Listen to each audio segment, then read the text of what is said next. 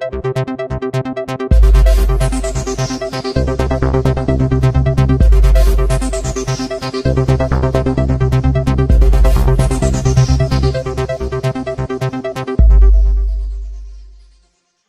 हिंद, वंदे मातरम। साथियों, एक बार फिर से हमारे YouTube चैनल पर आपका बहुत बहुत स्वागत है।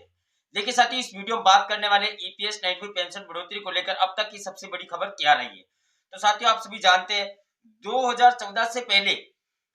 2014 से पहले रिटायर कर्मचारियों को ईपीएफओ ने बढ़ी हुई पेंशन का लाभ दिया था और श्रम मंत्रालय संसद में इसका जवाब भी दिया था। आपको पता ही है कि केंद्रीय श्रम रोजगार मंत्री भूपेंद्र यादव जी ने कहा है कि 29 दिसंबर 2022 को कर्मचारी भविष्य निधि संगठन और ईपीएफओ ने 1 जनवरी 2014 से पहले से अर्जित हुई पेंशन भोगियों को जो ऑनलाइन आवेदन मांगने के लिए बोला था। तो उन्होंने क्या आप भारत में 2014 के दौरान सत्ता परिवर्तन से पहले नौकरी से रिटायर हुए किए हैं, अभी तक आपको कर्मचारी भविष्य निधि संगठन ईपीएफओ की ओर से बढ़ी हुई पेंशन का लाभ नहीं दिया गया था। अगर आप अभी तक ईपीएफओ की पेंशन योजना का लाभ उठा रहे हैं तो आपके लिए एक महत्वपूर्ण खबर है। संसद में बजट के सत्र के दौरान कांग्रेस के सांसद मणिकम टैगोर और भारत राष्ट्रीय समिति के सांसद मन्ने श्रीनिवास रेड्डी ने केंद्रीय श्रम रोजगार मंत्री भूपेंद्र यादव से ईपीएफ पेंशन योजना का लाभ वंचित रिटायर कर्मचारियों को संबंधित सवाल पूछे गए थे और वो क्या सवाल थे। आइए जानते हैं कि विपक्षी सांसद ने के सवाल के जवाब में केंद्रीय श्रम और रोजगार मंत्री भूपेंद्र यादव ने क्या जवाब दिया था। ईपीएफओ ने बढ़ी हुई पेंशन के लिए पेंशन भोगी का अवसर दिया था क्या? इस सवाल के जवाब में केंद्रीय और श्रम रोजगार मंत्री भूपेंद्र यादव जी ने कहा था कि जी हां, 29 दिसंबर 2022 को कर्मचारी भविष्य निधि संगठन ईपीएफओ ने 1 जनवरी 2014 से पहले से अर्जित हुए पेंशन भोगी को जो ऑनलाइन आवेदन मांगने के अनुदेश जारी किए थे। जिन्होंने अपनी सेवानिवृत्ति से पहले वेतन सीमा से अधिक वेतन पर पेंशन निधि हस्तांतरण करने के संयुक्त विकल्प का प्रयोग किया था, लेकिन उनके संयुक्त विकल्प को ईपीएफओ द्वारा कट ऑफ तारीख के कारण खारिज कर दिया गया था। और ये वर्ष 2019 में एसएलपी सिविल संख्या 8658 थी और 8658 थी।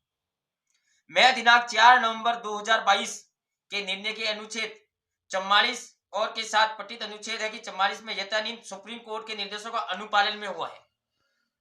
अब ईपीएफओ के नौकरी के दौरान बढ़ी हुई पेंशन के विकल्प कहाँ कर रहा है विचार। मान के चलिए इसी सवाल के जवाब में केंद्रीय श्रम और रोजगार मंत्री भूपेंद्र यादव ने कहा था 22 अगस्त 2014 शाखा निवास 609 के माध्यम से अधिसूचित कर्मचारी पेंशन संशोधन योजना 2014 के अनुसार 1 सितंबर 2014 से केवल 1500 रुपए प्रतिमाह तक वेतन पाने वाले कर्मचारी योजना ईपीएस 1995 के सदस्य के लिए हकदार है। अब 1 सितंबर 2014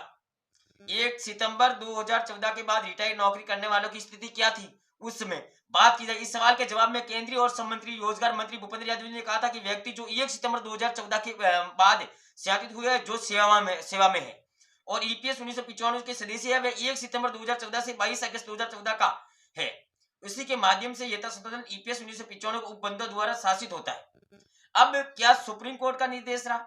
सुप्रीम कोर्ट ने भारत के संविधान की धारा 142 के तहत निर्देश दिया था कि ईपीएस 1995 सदस्य जिन्होंने ईपीएस 1995 के पूर्व संशोधन अनुच्छेद 11 के परतुक में यथा अपेक्षा वेतन सीमा से अधिक पेंशन पर हस्तांतरण करने का विकल्प का प्रयोग नहीं किया गया था।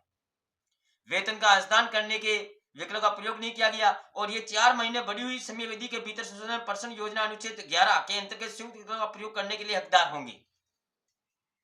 अब संशोधित उपनियम के अनुसार जो शेष अपेक्षा है अनुपालन किया है। सुप्रीम कोर्ट ने निर्देशकों के निर्देश के कानूनी वित्तीय बीमा के तार्किक नीतियार्थ उनका अध्ययन किया जा रहा है। तो वो कैसे?